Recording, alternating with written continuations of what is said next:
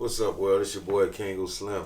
And it's your boy Mr. Meaner. And together we make partners in crime. And right now you're locked into Nolazine, baby. Nolazine, baby. Yes.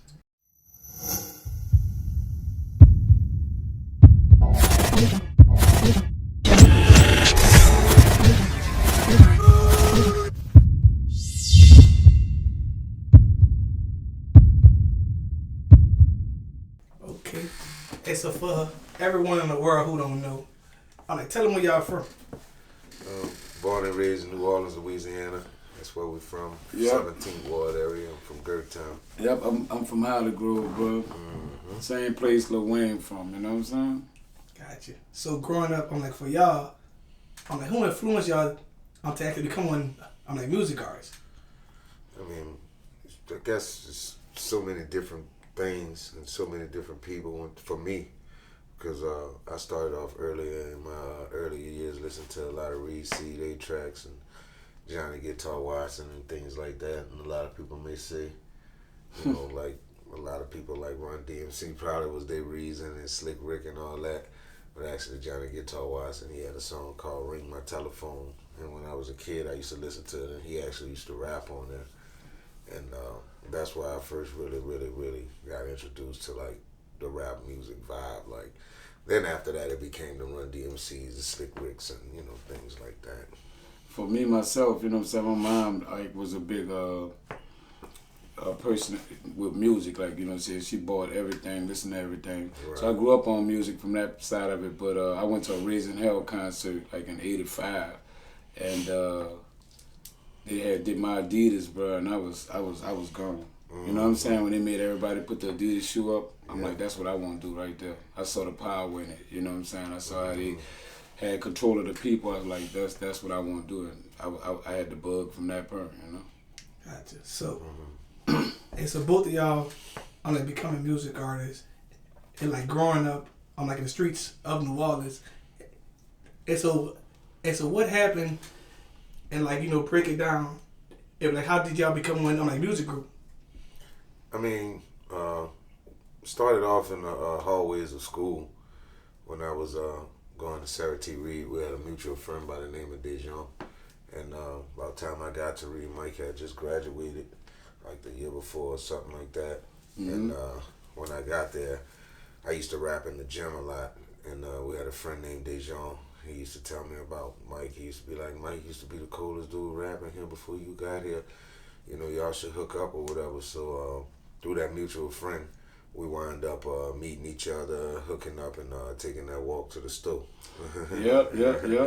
And from that point on, like I said, when I first heard Kango rap, I was like, I said, man, with my know-how and your talent, I'm going somewhere. You know what I'm saying? That's how I looked at it. You know what I'm saying? I think I always possessed like an A&R skill for talent. Like, you know what I'm saying? I could hear it straight out the gate, and I'd be like, he got it, you know. He need work, but he got it. You know what I'm saying? And when I met him, I knew he had it. I had some things going on in the mix of it. So you know, prior to meeting Kango, I was kind of doing gong shows and things like that, little talent search things. And I just, you know, told Kango, like, you know what I'm saying, come join forces with me, and basically let's do it. Walking to the store, we you know, walking to the store. Actually, I had 7th period was my drum class, you know, band class or whatever. So we basically walked to the studio, get a sandwich, and we started rapping. And our raps kind of coincided with each other. But during that time, I wasn't doing like these gong shows and stuff like that. I was just mainly rapping within school and in my neighborhood. I had the DJ, you know, in Gertown and stuff like that. But he was rapping in these little gong shows, making money with it. Like, so once me and him hooked up, he was like, man, look, come do these gong shows with me. And I wound up going through the gong show with him one time, and from that point on, we ain't never looked back. We was like partners in crime from that point, you know. Gotcha. So, you know, but I've been doing some interviews, and like, you know, but I keep hearing about these shows, these gong shows, like, why y'all think they don't bring it back to New Orleans? Because it seems like so many artists actually got noticed like at these shows. It's sort of like, to me, they are sort of here. It's still here. It's just that they do it in another form. They call it, you know, artist showcases. Open mics. You know, open mic night where, you know, artists come out and they rap and, you know, people vote and say who they feel like, you know, should win. So basically that's what the Gong shows were. But the difference is with the Gong shows is if you was whack after a certain amount of time, you was getting either a you was getting gong or booed off. You wasn't even, you know, getting a chance to get through your whole song. Yeah, it was something like the Apollo. Yeah. You know what I'm saying? Where the Sandman come and get you out of there. You know what I'm saying? So I think we need that back. And the guy that mastered that. Too sensitive to date, man. The guy that used to do it, his name was Bobby Marchand. And he was well known for writing a lot of songs, you know, with Dr. John and all them, Irma Thomas, you know, in the earlier years. Mm-hmm. So we had the pleasure and the blessing of actually coming up under him, you know, doing the Gong Show. Yeah, when he, like, that first Gong Show that man Kango did with Bobby Marchand, Kango was too young to get in the club. And he just looked at him and said, look, I'm going to go ahead and give y'all a shot. You know what I'm saying? So we went up there. We didn't win that day. Made us stand by the DJ booth. It was like, I'm moving by the DJ booth. Because, you know, he was actually too young to get in. We actually rode our bikes like to the showcase that time because it was in the East. Mm-hmm. And that's real dedication. Yeah, just rode some bikes over there because we didn't have cars. We was young boys then. And got in there and they let us do it. We didn't win that day, but from that point on, we won every one of them. Yeah, we had never lost another one since. And then about time it came time for us to actually, you know, sign with a label, which was Big Boy. Bobby became part of our management. Team. He was the one that was taking care of stuff to get us to the next level, like, you know what I'm saying, for us in the game. Right. And so, I'm like, speaking of Big Boy, you know, I'm like, man, you did an interview and you was saying, like, you know, I'm like, Chuck didn't actually feel you at first, like as a rapper. Yeah, he said I was part of the wackest person he ever heard of. So, like, but I was just riding here and I was listening to a song and I was like, dang, y'all was rapping about something way in 94 that's happening right now, about to be 2024. Right. And that's, you know. Right. I'm gonna let the good times roll. Right. I'm like, dang, he's about everybody carrying a gun, nobody wants to scrap. Like, this is really something that's happening 30 years later. Yeah, right now, right. Yeah, it's funny. Timeless music. The music is timeless, but, you know, a lot of people used to tell us back then we were a little bit ahead of our time, and I think that's what made us stand out from a lot of other artists, because a lot of other artists, they was pretty much talking about, you know, other things, and we kind of put, like, real life issues in our music. With harmony and a vibe to it. See, Kango was doing, like what Drake doing today, he was doing that 30 years ago. Yeah.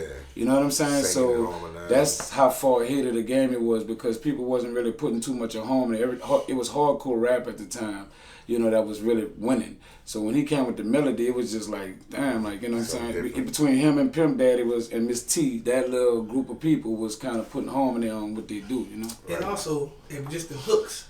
Like, you know, people wasn't like... He a hook master. Yeah, you think about what you were doing in the 90s, like, dang, that was unheard of. If you listen to everyone else's music, like, dang, you was way ahead of your time. He's called the hook master. Yeah, still do. They still call him for hooks to the day. Right. He a hook master, he come up with that shit, bro. So let's hear y'all journey with actually Big Boy Records. Like, I'm like, actually from the beginning to actually, I'm like leaving to actually jump in one, you know, a whole different situation.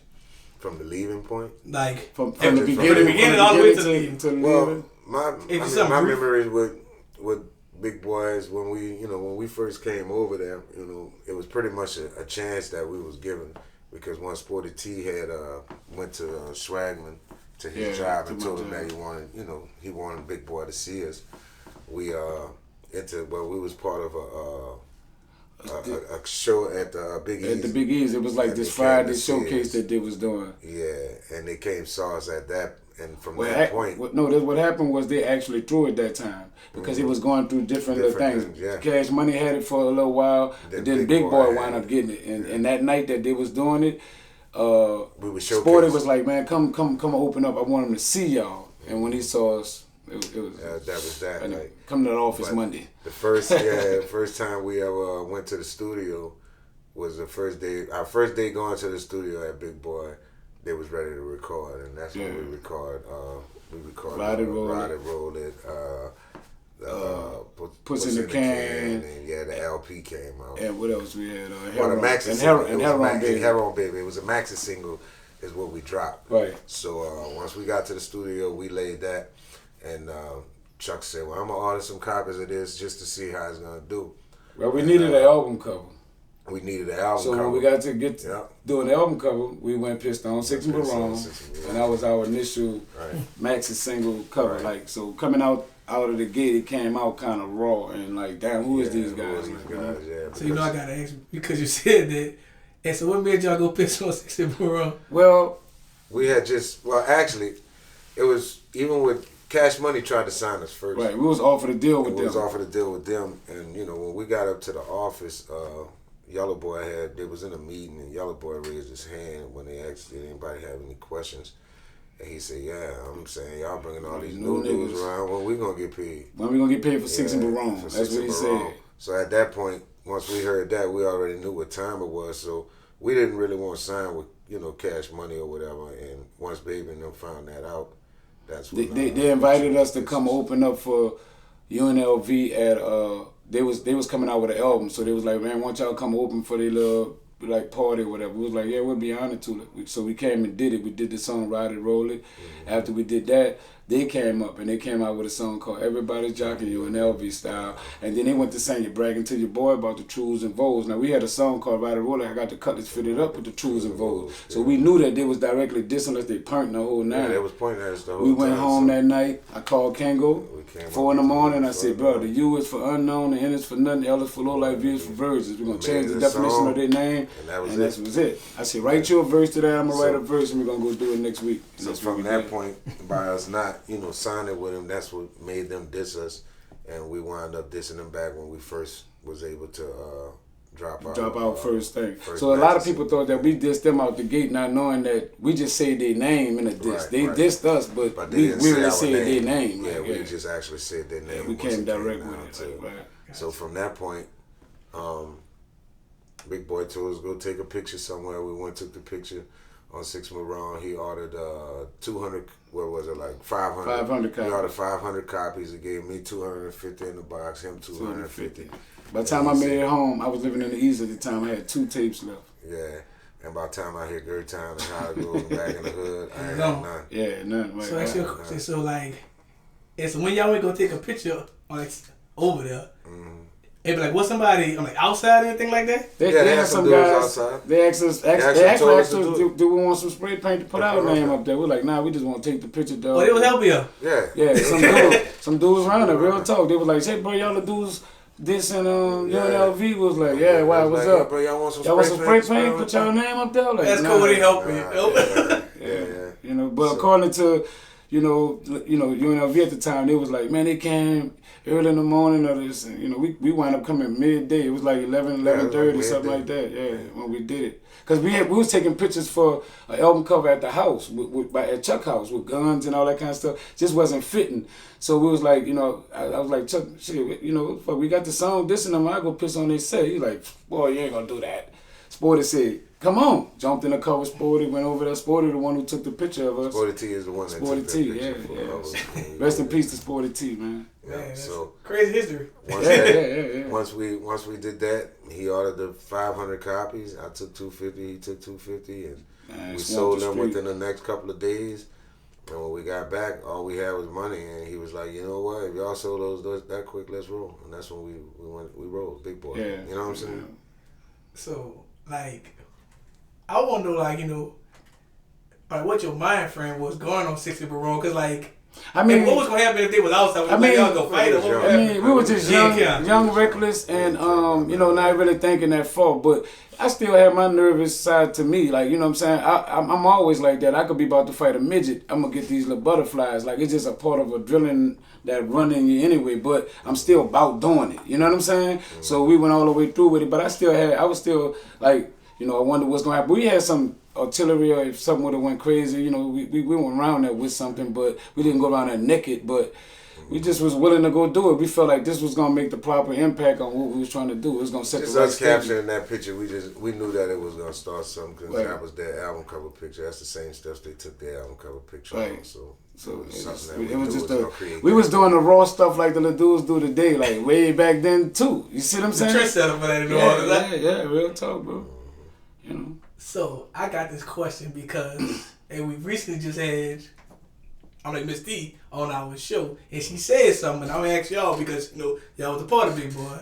She said that to her knowledge, Chuck had way more money off than Baby at a time because he had like these limos and these parties. I'm like Freaknik. So I want to know. I always felt like Chuck just had more money, like, bro. You know what I'm saying? To me, the way you got to look at it is like this. I really don't know what Baby in the pocket was looking Pockets like. Was like, right, yeah, but Chuck had money. I can't say Chuck had money, like, but I can't say this. It was a different level of class, like, you know what I'm saying? Baby and them, they used to ride around in the Taurus. They got the Taurus painted, the burgundy with the white leather interior and all that.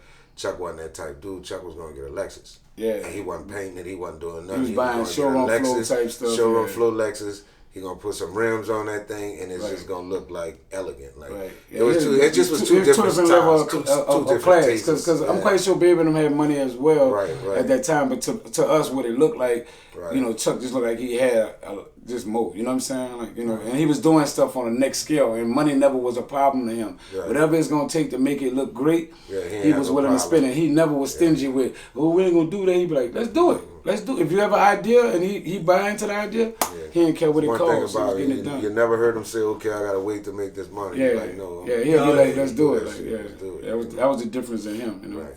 So but I have to ask this question.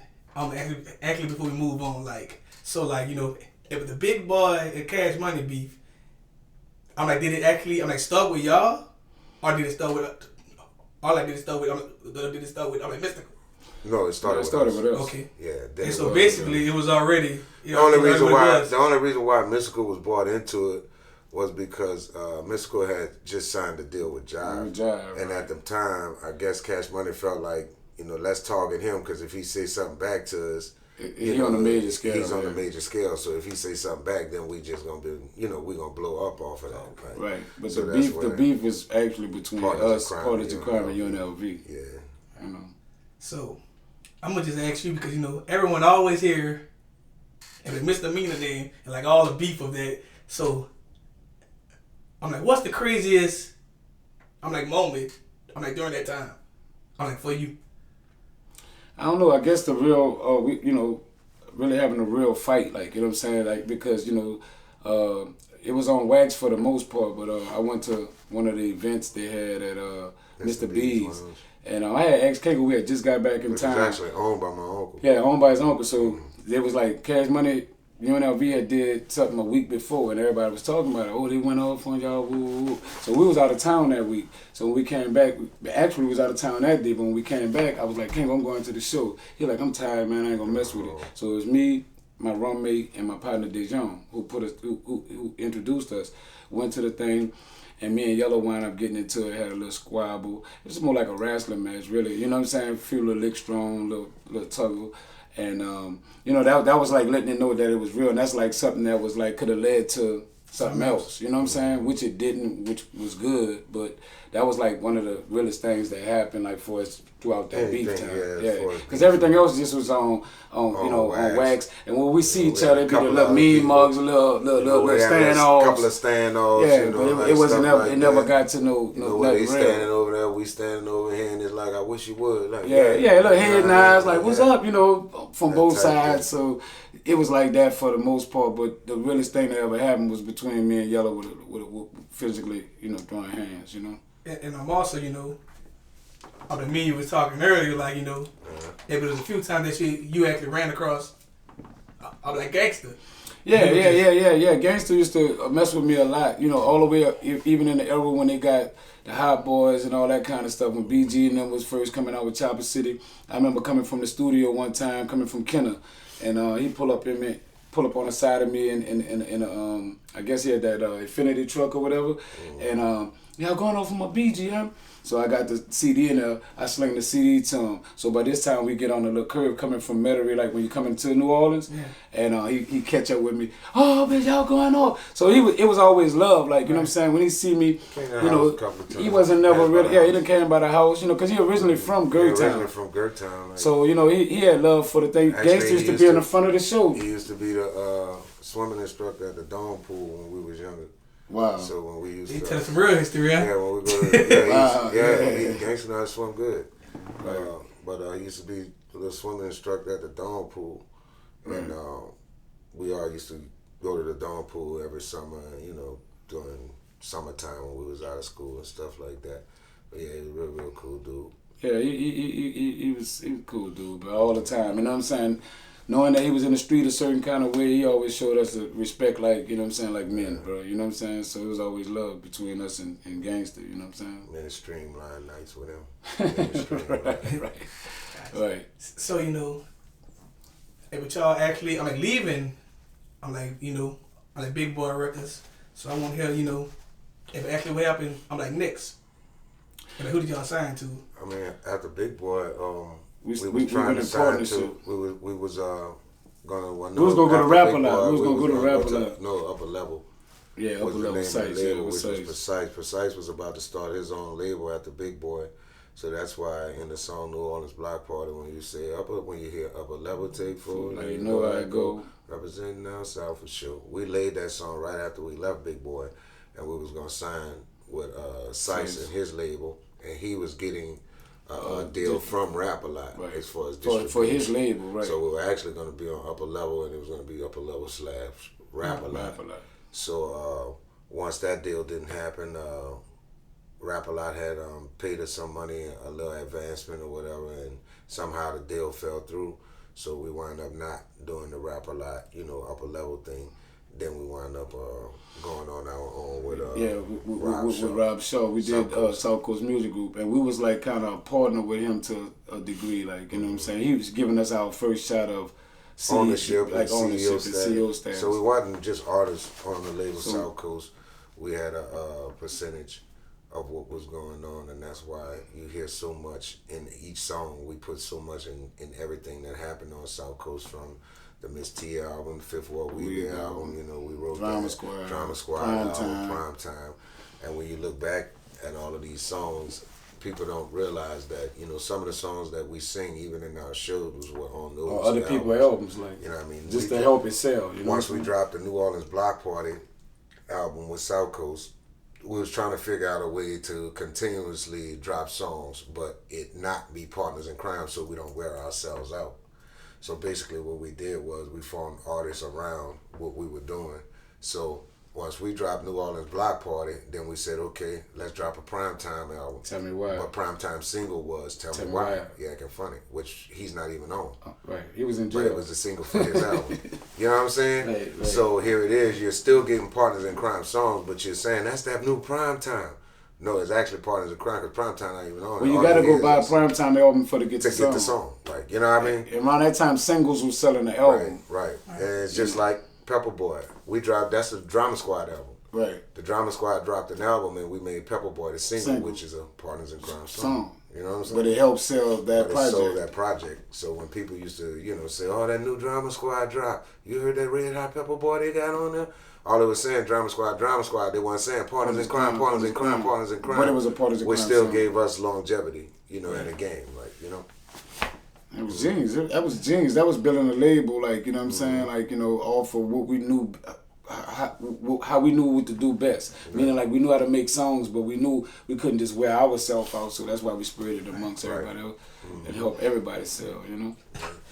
I ain't gonna lie to you. If actually me being young, but I thought, you know, if like Partners in Crime was like full mainstream, I was like, man, I just never see him on BET, but like down here, I just heard y'all everywhere. Right. Well, like, you could say we was we are one of those independent groups that have done mainstream stuff. You know, we've done a lot of major stuff just being independent. Right. And you know, we've shared the same stages with a lot of these people, and that's why people, when they look at us in the aspect of not being that independent group, being that national group. and we've never signed a national deal a day in our life ever. This all is everything you've ever seen with Partner in Crime. I was offered some. We was offered deals, just never signed one. But at the end of the day, everything you've ever seen with Partners in Crime was independent. When we performed in New York, these independent group. You know what I mean? When we went to Jamaica, independent. You know what I mean? Korea, independent. All of this, Hawaii, like, you know what I mean? Hawaii, independent. You know, and people don't realize that, and that's what gave us like a little meat in the game, like. Because it's like, dude, you need a major label to do this. We really doing this shit independent, nigga. Right, yeah. We ain't got no Universal behind us. And then we had left to a level where we didn't even have the big investors no more. Yeah, we didn't. We had no big investors. After Chuck was out the picture, it was all us. But yet it's still, you are signed to Universal and have a major corporation behind you, but you are on the same stage as I am on. Right. And I am not signed to no major label. So you know, they say a lot with we did a lot. We did a lot of good work, bro. Right. A lot of good work. So, as far as my knowledge, Partners in Crime, ever the group ever had, ever all the best, I'm like chemistry with, I'm like Fifth Ward Weebie, and also I'm like Miss T. So I want to know, like, who we had the best chemistry with. Yeah, like far as as far as my knowledge, and like me listening to y'all music, like I want to break, like if I want to hear y'all break it down. How it was just going, I'm like into the, actually making a song with like Fifth Ward Weebie and also Miss T. Actually, all our music, bro, when we make it's funny, bro, because when Weebie first came over, Mike, he found an interest in Weebie, because he had saw him in a nightclub rapping. Well, I heard his music in a nightclub, and I'm listening to If You Push the Smell Like Onions, oh yeah, and I'm looking like, hey, bro. This dude got about hooks. 5 songs. Yeah, about 5 songs in one song. I'm like, man, I gotta work with this little dude because he can make a whole album off of one song that he made, and that's so pretty much. He came over, and Mike was like, man, listen to him. So I remember the day he came there, and I was in the studio working with Full Pack, and once I heard the songs that he was doing, me and Mina sat down and talked, and we was like, well, dude, that one song there, that could just be one song, and this could be one song. So once we sat him down and we started doing the songs, we still needed that one that we felt like this has to be the one. We needed that single, that first song. Yeah, so basically I came up with the song I Really Want You. I really want you. Why you making me wait so long? You know what I mean? And we had the group N-Dial to sing it. And I co-produced that with Full Pack. Right. So once we did that, and Weebie started rapping on it, we pretty much taught him how to set back into his raps, because he used to like, I'm gonna think it's and keep going. But then there was a part of him that used to have just this, ooh, yeah, I like a minute ball. She is a minute ball, I like a minute ball. You know what I mean? Right. And that was his vibe.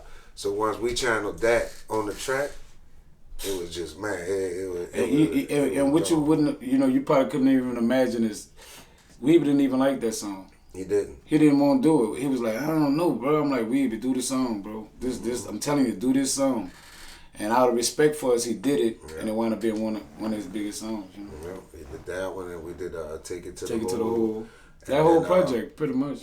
And then shortly after that, Kane and Abel had reached out to me, and they told me that they needed a single for their album, and that's when I wrote the song "Shake It Like a Dog." Mm-hmm. I wrote that song for them, and the reason why Weebie is on that song because we had just signed Weebie, so we was trying to give exposure to Partners in Crime and exposure to Weebie to put take it to the next level, like. And that was a big song. Yeah, big song, real big song. So once we did "Shake It Like a Dog" with Kane and Abel.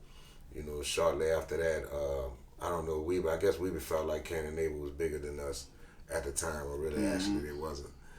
But we still allowed him to do what he wanted to do. He was like, man, look. Yeah, he just thought it was a better opportunity. Because, they were living in Baton Rouge, right?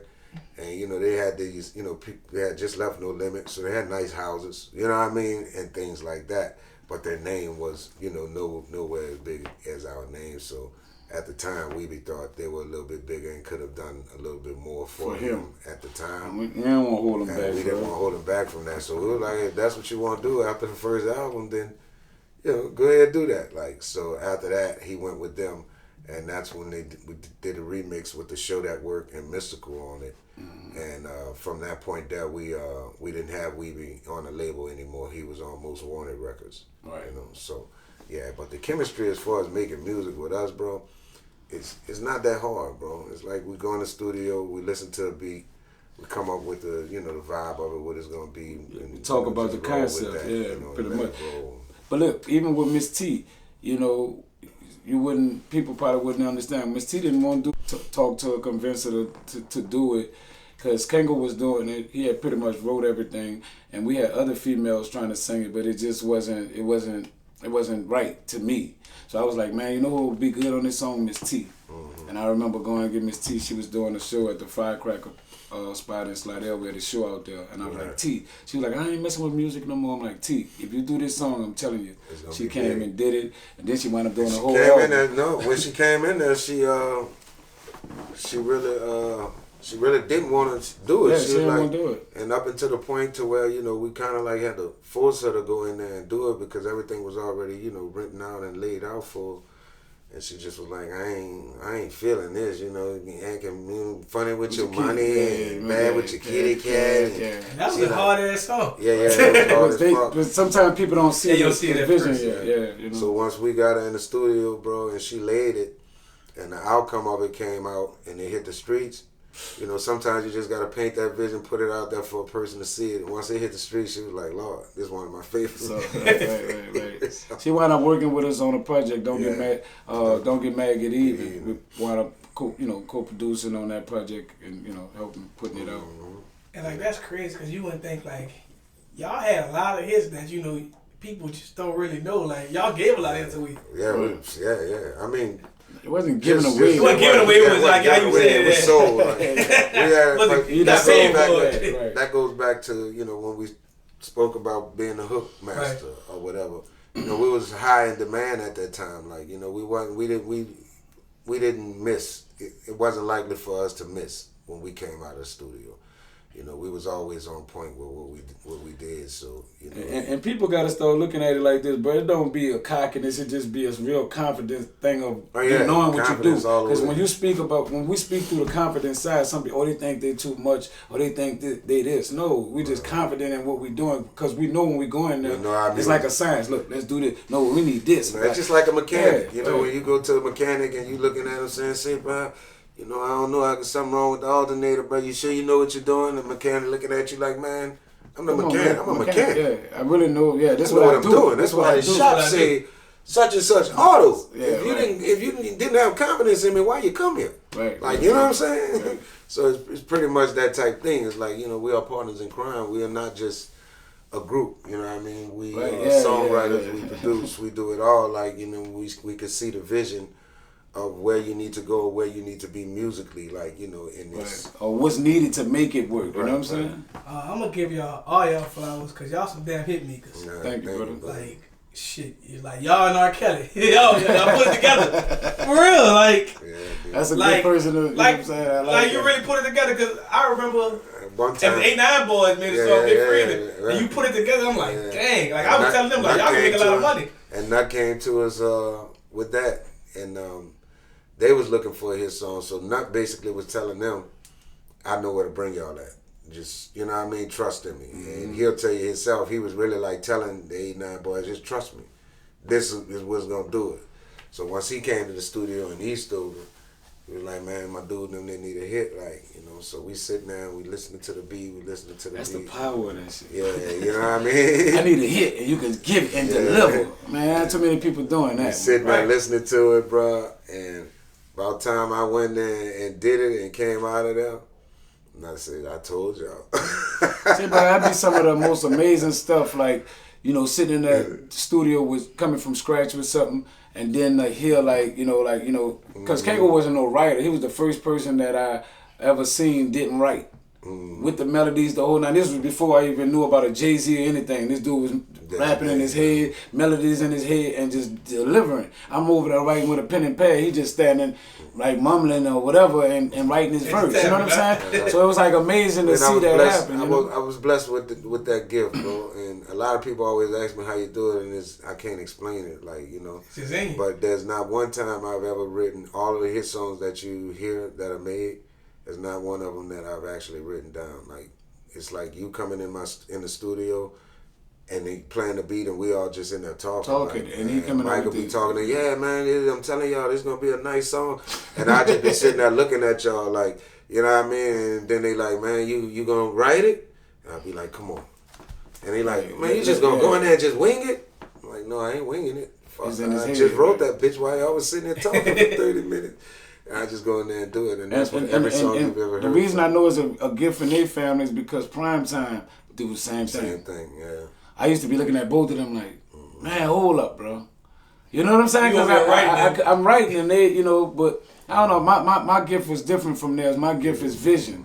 Like, I can see stuff like before it transpired. Like, I could see it. Like, look, bro, we need to do, like, you know what I'm saying? So that's the part that I played mainly with the group Parties of Climb and all the other artists pretty much that we was working with. You know what I'm saying? I just had the vision for where we can go at with it and what we can do. Iron sharpens iron, you know. Right. And we all had our own expertise and, you know, things that we, you know, all worked together on. And it just came together for us. Like, you know, that's how it worked. Like, you know, we never was the guys to be like, you know, I'm this or I'm that. I'm the big hit. Yeah, it wasn't ever that, right? Just a couple we allow people to do what they do. Allow people to do what they do best. Like, we know we're can't all go. bosses at the end of the day. Like, you know what I mean? And that's pretty much how we worked for years. Like, you know, on that method. Like, it's like we have a lot of people. When you look at some groups that always want to be like, you know, oh, I'm this, or I'm that, no, I'm this, I'm that. Like, you know what I'm saying? With us, it never was that because we both always played our parts. A great example of what I mean by not getting in the way is like, Let the Good Times Roll. I wrote a verse for Let the Good Times Roll, but I ain't have the melody and whatever that Kango possessed with it. It was like, listen, bro, you make the song like whatever. I know how to step back when it's almost like, nah, it need to go this lane. Like, you know what I'm saying? And keep it going that way. I was just looking at that video the other day. Right. Because Will posted it or whatever. But yeah, man, that was a good memory. Shout out to Will Hart, man. Shout out to Will Hart, man. The #1 video guy, baby. That was our little ex. Hey, but that song was so good. Like, if that song should have actually made it to the movies. If it was on a movie or stuff, like, it was on the West Coast. Yeah, it was like, it was more of like a Mm-hmm. mainstream, like, around that time, like classic. And using the Earth, Wind and Fire sample, you know, back then was different too, because you got to realize, you know, a lot of people was, you know, we was bouncing back then, you know, and we chose to go a little bit of a different route with some of our music. Then you have to realize once again, Big Boy, he West Coast. He had that West Coast vibe. He's from New Orleans, but he moved on the West Coast. He lived on the West Coast, and when he came back, he came with that West Coast vibe, you know. So. Gotcha. So being in the music industry over 30 years, tell us what y'all enjoy about it and tell us what y'all actually hate about it. There's nothing I hate about it. It's nothing I hate about it. It's nothing I hate about it. Man, when you're able to go 32 years and say, I soulfully, you know, I really made a career out of this, like, and to be honest with you, although, you know, he works, we really don't have to work if he don't want to. Right. You know what I'm saying? And for the last 32 years of our lives, bro, we've truly been blessed to stay on this course and sustain this level of success. Think about it. When we first came out, we were a hot group, right? And some people may say, oh, y'all were even hotter when y'all came out back then. We still was doing, you know, 3 to 4 shows a week. You know what I'm saying? We still do that now. And we still do that at the same age. Like, we ain't never... We'll never slow down. Right. That's it always stayed a course. It was never a point as to where we fell off and didn't have any shows. No matter what, we've always... We worked through COVID, bro. Yeah. We was working through COVID. Yeah. People had private parties. They was booking us still. You know what I'm saying? So it never... We always had a mask on, huh? Yeah, we wore our masks and sprayed the mic with the Lysol and was doing stuff. Like, doing gigs. For me... And you let the good times roll. Let it roll. The best thing about all of this is, and I always say that, you know, we just was 2 boys with a dream. Right. And when you sit back, you know, after all of these years and you look at it and you look around and you say, damn, man, I remember when we used to try and get in our partners' cars, and our partner used to bring us to the little Gong shows. Yeah, we went through that. And we didn't know where we were going to be at in our lives. And when you think about it and you look back and you see the success you achieve, you just really say, damn, I really did something great with my life. Like, I'm somebody. Like, that's why I'm here now, because I'm somebody. Right. And to my city, like, I'm somebody. When we walk these streets, bro, so many people compliment us. We are not self-proclaimed legends. Like, right. Grew up to you. Yeah. I grew up to you. People tell us, you're a legend. Like, right. you know what I mean? Yeah, you're we a legend don't in my really, eyes. This is what you are to us. So that's why we have become, who we are, bro. And right. They call us the Frankie Beverly and Mays of New Orleans. Yeah. That's what people say, because that's the kind of longevity I want that to see we the have. movie. Yeah. Right, we I deserve want to see the Partners in Crime movie. Man, look, I got a It'll book. be awesome. I got a book coming out, and it's called Untold: The Story of Unknown Legend. It's autobiography on myself, but I got detailed stuff I'm in going there. to answer this online. Hold on. I'm sorry. Yeah, put all this in. Hello? Let me let him do his thing. Yeah. You mess my I'm promo up, still in man. this interview. Yeah. All right. Sorry about that, y'all. You can finish your promo. But anyway, bro, I got a book, That deposit. autobiographic. What else? That deposit? But listen, I got a book coming out, bro. I got it, it's called Untold: The Story of an Unknown Legend, and it's an autobiography on myself. But it also entwines, how I met Kango and some things that we went through and just life stuff. So, what I'm saying, y'all make sure y'all check that out. I don't know when it's gonna be coming up, but whenever it's coming up, either the book will be out or you could pre-order. If it's out before the 6th of July, you pre-order all the way up to the 6th of July. The book will be out at the end of July. You know what I'm saying? So, There you go. Gotcha. So tell us where tell us actually, I can't get it out. Tell us what's actually on the next video. I mean, same old thing, man. Yeah, for us, it's always Partners in Crime. right. No matter what. And that's going to be until our caskets drop. Like, we actually dedicated our lives to this, to something great once again. And this is our brainchild. Like, this is who we are. Like, and we have pretty sure we're going to have other endeavors and ventures businesses and that we do too. Yeah. that go on. But our main focus is always Partners in Crime right. at the end of the day, Some things that I got going on besides, being an author. I gotta keep bragging on that author stuff because it feels good. You gotta put the book out there, baby. But besides that, book, I'm podcasting. You know what I'm saying? I do a podcast with a host of two brothers, Gas and Timer. It's called No Rap Cap Podcast. You know what I'm saying? Y'all make sure y'all check me out every Tuesday, 7 p.m. every Thursday, 7 p.m. You know what I'm saying? On your YouTube channel. Right, there you go. But other than that, you know what I'm saying? Me myself just investing. Catch me in the studio. Right. Still working. You got some other major things going on. I don't know why he ain't speaking on it, but it's cool. I ain't gonna say nothing. He ain't saying nothing. I ain't saying that. Y'all gonna see just in a little bit. We got things happening. Got some things coming. Some major things coming. We got things happening. Like so, y'all will see us But out there. my dudes don't want to speak on it. I'm gonna leave it alone. Y'all will see us out there in that world. You know what I'm saying, world, baby? right? Y'all will see us out there in that world. Yes. Gotcha. And also, but last but not least, Uh-huh. I'm gonna tell her where where can they find you on social media and just everywhere. On social media, we have a Partners in Crime page on Facebook. You can go to that page to catch us, or you can catch us at our individual pages. Mine would be Kango Slim, KANGO SLIM. Same thing on Instagram. It would say Kango Slim. Partners in Crime on Instagram. Underscore Partners in Crime on Instagram. Yeah. On IG for myself, I'm Misdemeanor. That's MEANA_PNC. And on Facebook or whatever, I'm Misdemeanor. That's MISTAMEANA. You know what I'm saying? There you have it. So that's pretty much how you find me, man. Find us at least,